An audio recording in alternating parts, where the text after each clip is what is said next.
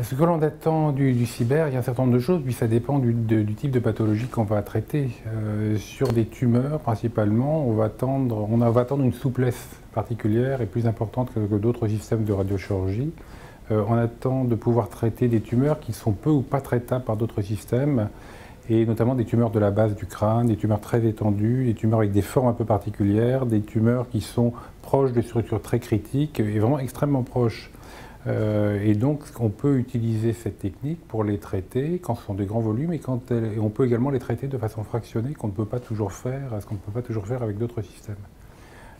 Pour les malformations vasculaires, cérébrales, un petit peu le même raisonnement, c'est-à-dire qu'on attend de pouvoir traiter un certain nombre de tumeurs qui sont plus volumineuses et que le cyber peut traiter. Il y a une marge qui est assez ténue, mais qui permet d'augmenter un peu les volumes avec des effets comparables et des risques qui sont tout à fait acceptables.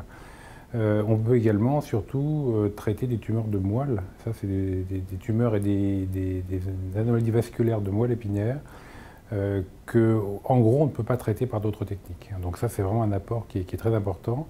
Et il y a tout un vivier de patients qui sont peu ou pas traités finalement, parce qu'on n'a pas de technique.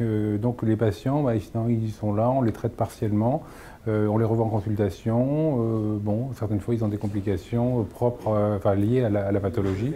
Et le CyberKnife permettrait de traiter ce type de patients.